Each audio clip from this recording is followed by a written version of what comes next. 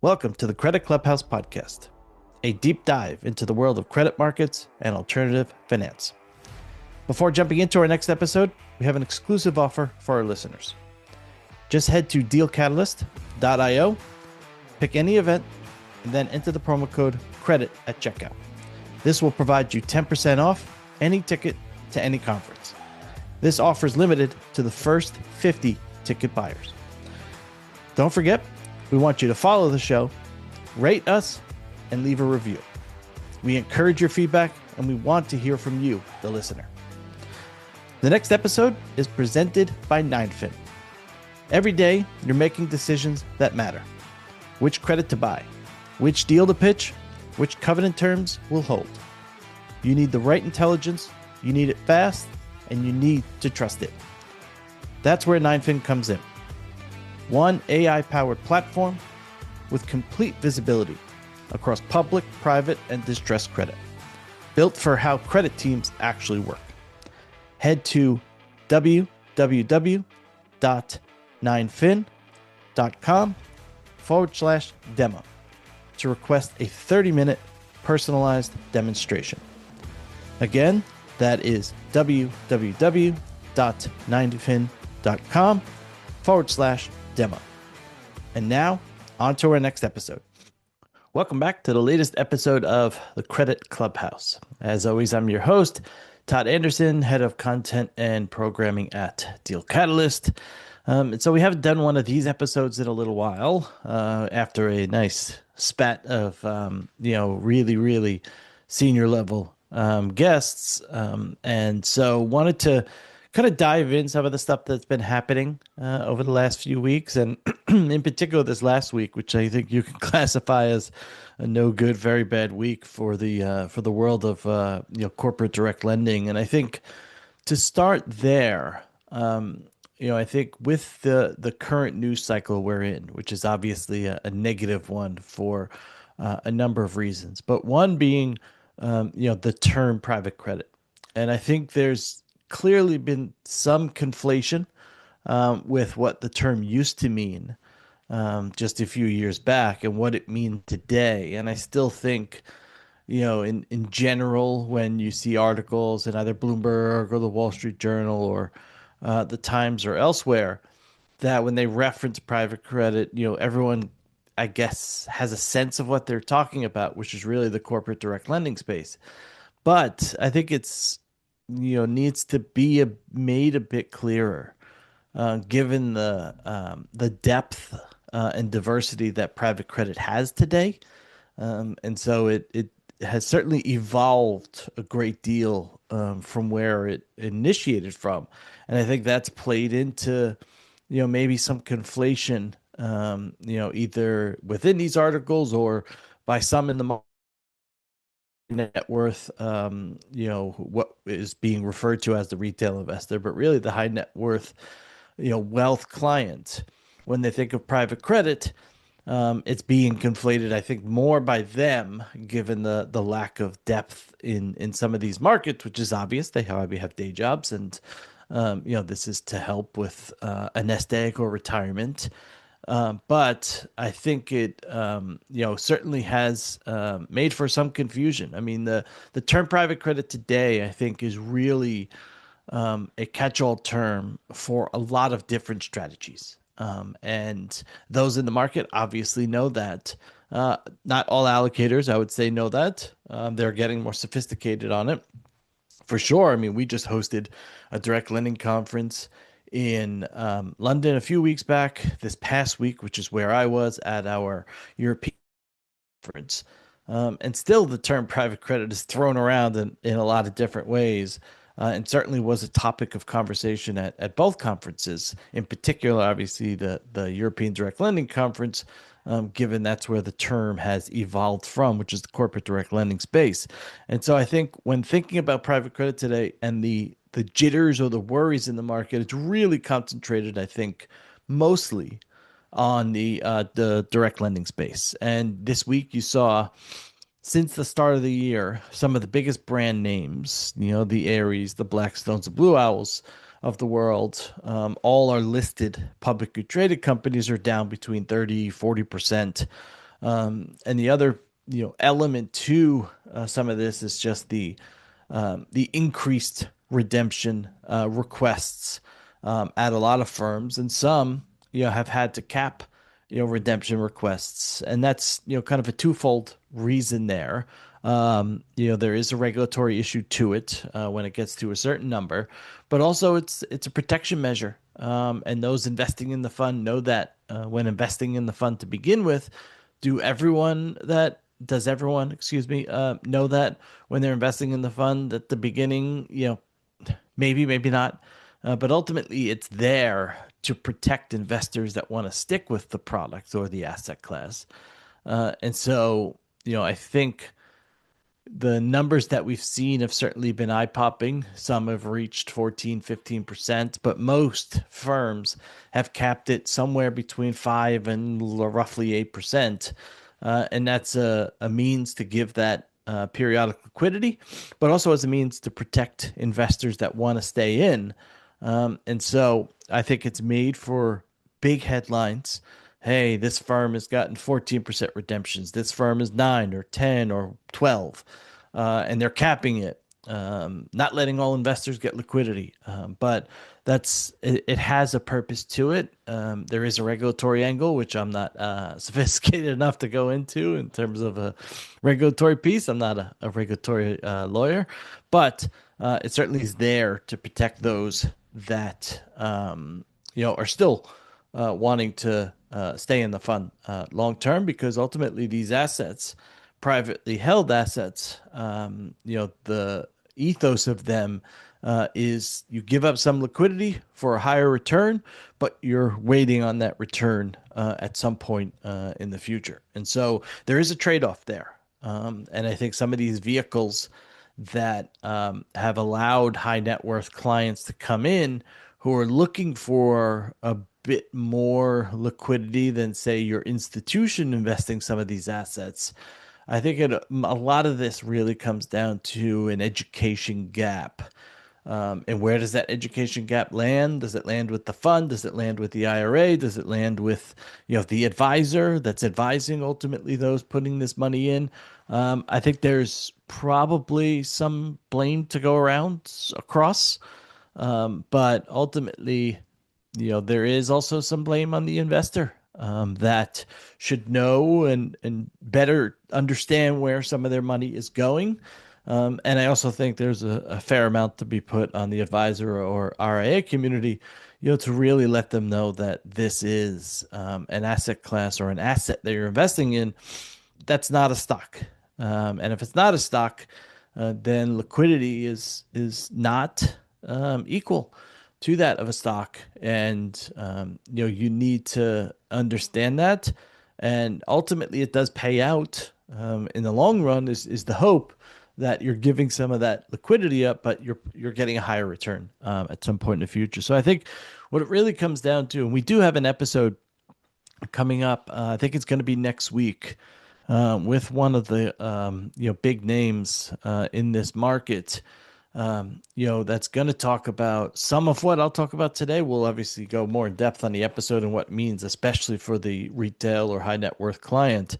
But really, is where are we today? Is it a battle of headlines versus fundamentals? And, ultimately, where are the pockets? Because I do think there are pockets within the market today that are clearly stressed and that are feeling that stress. Some of that is unknown stress, given where the impact of AI is on technology and other firms that ultimately the private credit funds are lending to. There's been the term SaaSpocalypse thrown around. There's been a lot made of, all right, jobs are going away from AI, or companies that are seeing certain revenue or profit numbers today. Will that last, given the impact of what AI might mean on that technology business? But I think it goes well beyond technology, the impact of AI.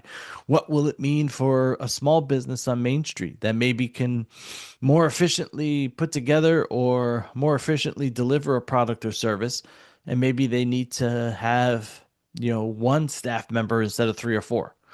Maybe profits go up in that sense, but you also have more people out, looking for new jobs. I think there's this unknown with the technology piece right now that has really started to spook, and even some institutions, in this sense, has started to spook folks in the market of what ultimately is going to be the impact of AI. Will there be a regulatory buffer or something created to minimize or in some ways protect against the impact of AI? I have no idea about that. Who knows what the geniuses in Washington are doing today, especially in this sense of the impact of AI. There's obviously a lot of chatter and noise coming from Washington, as there always is. But what does that impact ultimately be? It's hard to tell. I mean, you saw J.P. Morgan this week say they're going to restrict some lending to private credit firms that are exposed mostly to the technology or software sector, and so that kind of a cascading impact of obviously the fear around the direct lending space that AI is going to impact some of these companies where there's plenty of loan exposure to today. And I think the news of JP Morgan limiting what they're going to lend to private credit firms who ultimately lend out to the small businesses is just another piece of bad news for the direct lending space, which has been obviously hit by bad news since probably October, but really the last few weeks in a pretty significant way. And it's just another story leading with private credit fears. And like I talked about at the top, I think it's more direct lending fears instead of wider private credit fears, because you still have really good performance with sectors like asset-based finance and fund finance, where you just see tons of capital still going to both of those spaces, especially ABF, given the downside protection you see and ultimately the asset at the end of the line.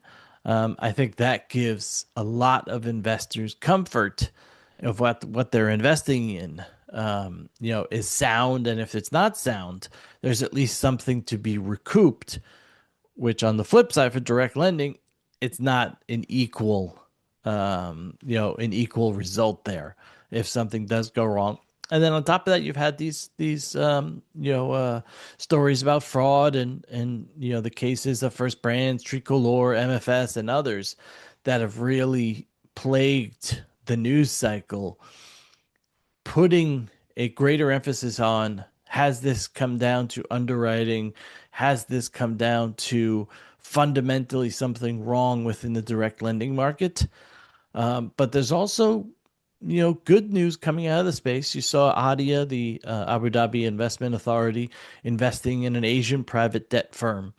You saw even some of these lenders that have been under pressure lately say returns, I think at Cliffwater 9.4% last year, MSIM well over 8%. And don't quote me on these numbers. I believe I saw some of this in either a Bloomberg or a Wall Street Journal article, but you're still seeing a high quality return for a lot of these assets, even with the negative news cycle that we're currently in. And to be frank, a lot of this negative news cycle, we have no idea, what the impact is going to be 12, 18, 24 months. I mean, we're living in a time period right now that is obviously very finite and short, but, the impact of AI, who knows on loans that were just made or made last year.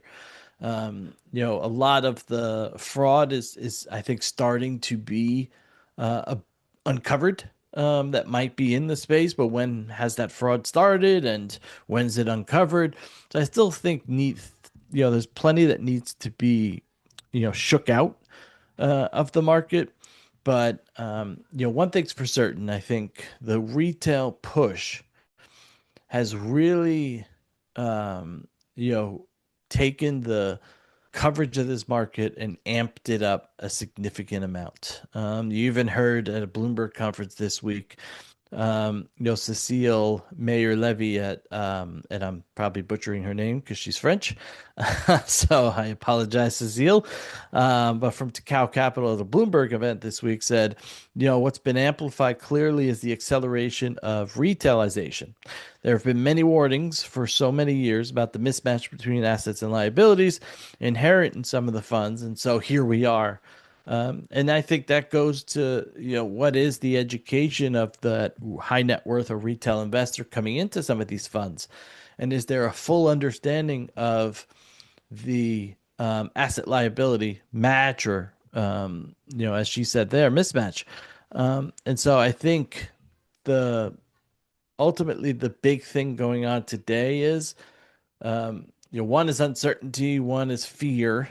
But I think a lot of this comes down to education amongst the these new investors that are looking to park their money in what they've heard is obviously a safe asset, but they're giving up some liquidity for that.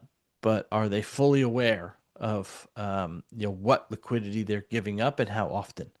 And still think that's plays into a lot of this. Now, some signs that we saw late this week out of Apollo might help to solve some of this. And I don't know how many will follow in the footsteps of one of the biggest funds out there, but there was reported in Bloomberg, Apollo's going to work towards reporting on NAV or the net asset value of its credit funds monthly, with the hopes of moving that to daily at some point in the future to provide some clarity on value. And so will this lead to a push amongst the broader private credit fund space that others follow in their footsteps, and all of a sudden you have the top 10, top 15, top 20. I don't know how if you can go throughout the full long tail, but providing daily updates. We'll see. Let's see if how quickly Apollo can get there first. But back in December, Mark Rowan, CEO of Apollo, was quoted as saying traditional asset managers will not move in size into the private marketplace unless we can do things like daily NAV, unless we could provide price, unless we could provide liquidity. That's going to require the industry to learn a new set of skills. That was back in December, and clearly they're now pushing to start that new set of skills and provide, at least from the article that I read this week, monthly NAV with the hopes of moving to providing daily NAV. And now the operational increase in what that means, I don't know yet, and I don't think anybody does, except for maybe Apollo, who's building out this capability. But how many will follow in their footsteps? I think a lot of that remains to be seen. But one thing you can definitely see, and I could post this chart in the show notes, is if you look at inflows from private wealth to some of the leading private credit managers. Bloomberg had this in I think their Going Private newsletter this week. I was just reading it a little while ago. And the chart, I mean, it just goes straight down. So in August of 2025, you had about 4 billion in inflows from this high net worth retail investor. Jump ahead to February, and now you have 1 billion of inflows. So clearly, the retail investor is wary of this space right now. I don't think that is conflation. I don't think that is something that is just headlines only. They're clearly worried. The question is, are their worries founded, or are their worries because of what the news articles are saying and they're just parking their money elsewhere for the time being? I think we're probably looking at something closer to the latter versus the former, but that remains to be seen, obviously. But clearly a trend that the market is been hit by significantly, especially when about 20% of evergreen funds are now made up of this high net worth or wealth client. And so that's 20% of the total AUM of evergreen funds is now this type of client, and when it drops by 3 billion in less than a year, that's it's about a 75% drop, 4 to 1. So, maybe if my math is correct there, but, that's significant. And so I think, private credit managers have now, I saw Ares did a town hall this week. The Apollo News of providing hopefully daily NAV reports. There's clearly pressure, and the funds are starting to react now. They're having more meetings with investors. They're sending out more investor notices. Will ultimately this calm? I think part of the stuff that will calm the market is, obviously meeting redemptions and not scaring people as much redemptions that they can meet with whatever the structure of the fund is. I also think the Iran war subsiding, though it's helped to be a distraction for some, as I think the Goldman there was an article, I think Wall Street Journal quoted a Goldman executive saying it's been a at least a distraction from some of the private credit news lately. But I think that's also played into these fears. You have a lot of bad or negative things going on all at the same time. And so, what does that mean for direct lending? I think it's in a precarious position for the first half of this year. I think it will weather the storm. I don't think structurally banks are going to come back in this market and lend to all these businesses that private credit firms have acquired in terms of customers. And banks are, still playing a major role in this space, providing financing to the funds or, providing, facilities, back leverage and, fund finance and the like. But I don't think structurally you're going to get banks that are underwriting some of these companies like they did pre-GFC. I think similar to the ABF market, where you have a lot of fintech originators now originating the loan, and a lot of their capital still coming from banks. So banks are playing a role in the market, just a different role than they used to. But I do think, direct lending is in a tricky spot for at least the first half of the year. If the Iran war wraps up soon, you see a little bit less on the fraud side, though we might see more of that in the coming months. But if you could shake some of that out, some stability comes, and performance ultimately still continues to be strong, I think people will come back. Performance. There was a paper also in the Bloomberg newsletter that they referenced from an investing house that basically said, if you looked at the past 25 years, private assets significantly outperform public assets. And so when thinking about real contagion and what's taking place in this market, I still think we're at a time today where real contagion, I'd say, is still fairly small and unlikely. At least that's also the conversations I've been having with managers and others in the market. But I think people are really, looking at this market and saying, is that where I need to put money today? And that's the tricky thing. And I think you might see some firms that don't last this cycle. There might be some acquisitions, some M&A that happens in the space, but ultimately, I do think direct lending is a safe investment going through a patch, a rough patch for sure. But I think it will ultimately last through.